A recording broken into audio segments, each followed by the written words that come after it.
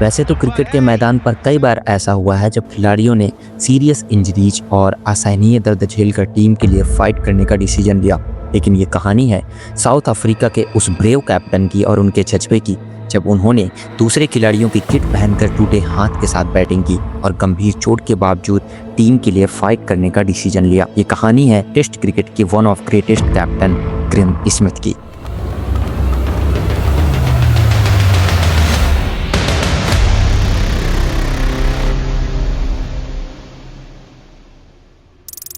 साल था 2009 और सिडनी के ग्राउंड में साउथ अफ्रीका और ऑस्ट्रेलिया के खिलाफ सीरीज का तीसरा टेस्ट मैच खेला जा रहा था। पहली पारी में मिचेल जॉनसन की एक खतरनाक शॉट बॉल सीधे स्मिथ के ग्लव्स पर लगती है और स्मिथ का हाथ टूट जाता है। उनके एल्बो में भी गंभीर चोट आती है और ग्रेम स्मिथ इस मैच से रिटायर्ड हर्ट हो जाते हैं।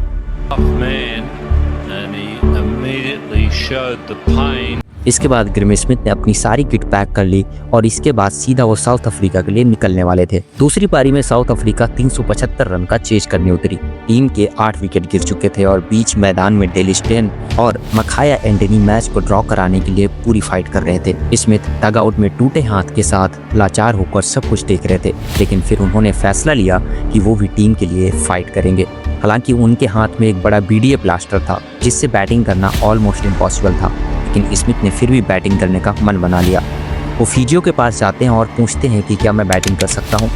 फिजियो ने साफ साफ मना कर दिया कि अगर वो बैटिंग के लिए जाते हैं तो चोट और गंभीर हो सकती है और टीम का कप्तान होने के नाते वो रिस्क नहीं लेना चाहते और फिजियो 100% मना कर देते हैं। लेकिन ग्रेम स्मिथ अभी भी पीछे हटने के लिए तैयार नहीं थे। वो साउथ अफ्रीकन कोच के पास जाते हैं और कोच को मना भी लेते हैं और स्मिथ गहरे दर्द और टूटे हाथ के साथ बैटिंग के लिए तैयार हो जाते हैं। हालांकि स्मिथ साउथ अफ्रीका वापस जाने वाले थे और उनकी सारी किट पैक हो चुकी थी। उनके पास न पैड था, न ग्लव्स और न ही हेलमेट।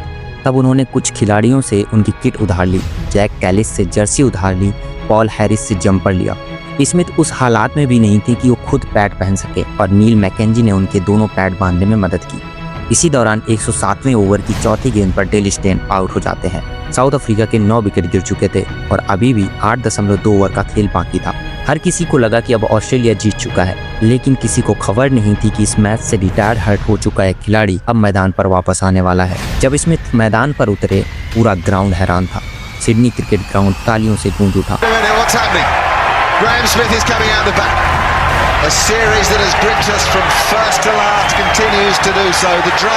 ग्रेम स्मिथ टूटे हैंड के साथ बैट भी नहीं पकड़ पा रहे थे और हर एक फैन के मन में यही सवाल था, ये खिलाड़ी आखिरकार टूटे हैंड के साथ बैटिंग कैसे करेगा। लेकिन ग्रेम स्मिथ सिर्फ टीम के लिए लड़ना चाहते थे।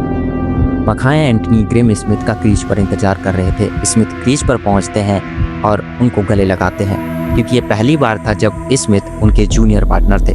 ग्रेम स्मिथ अपने टूटे हैंड के साथ बैटिंग करना शुरू कर देते हैं और हर एक बॉल उनके लिए एक नया चैलेंज लेकर आ रही थी। ग्रेम स्मिथ मखाया एंटनी के साथ मिलकर सारे ऑस्ट्रेलियाई गेंदबाजों को पूरी तरीके से फ्रस्ट्रेट कर देते हैं। लेकिन जब दिन की सिर्फ 10 गेंदें बची थी, 114वें ओवर की दूसरी गेंद पर मिचेल जॉनसन स्मिथ की ओर दौड़ते हैं और उन्हें बोल्ड कर देते हैं।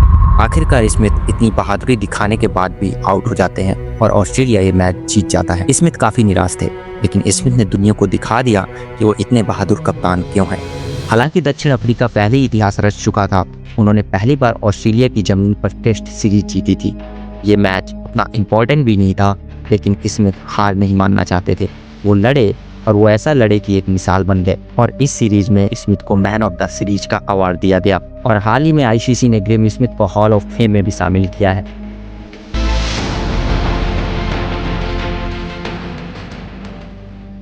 तो आपको ये वीडियो कैसी लगी कमेंट सेक्शन में ज़रूर बताएं और ऐसी वीडियोस के लिए इस चैनल को सब्सक्राइब करना ना भूलें।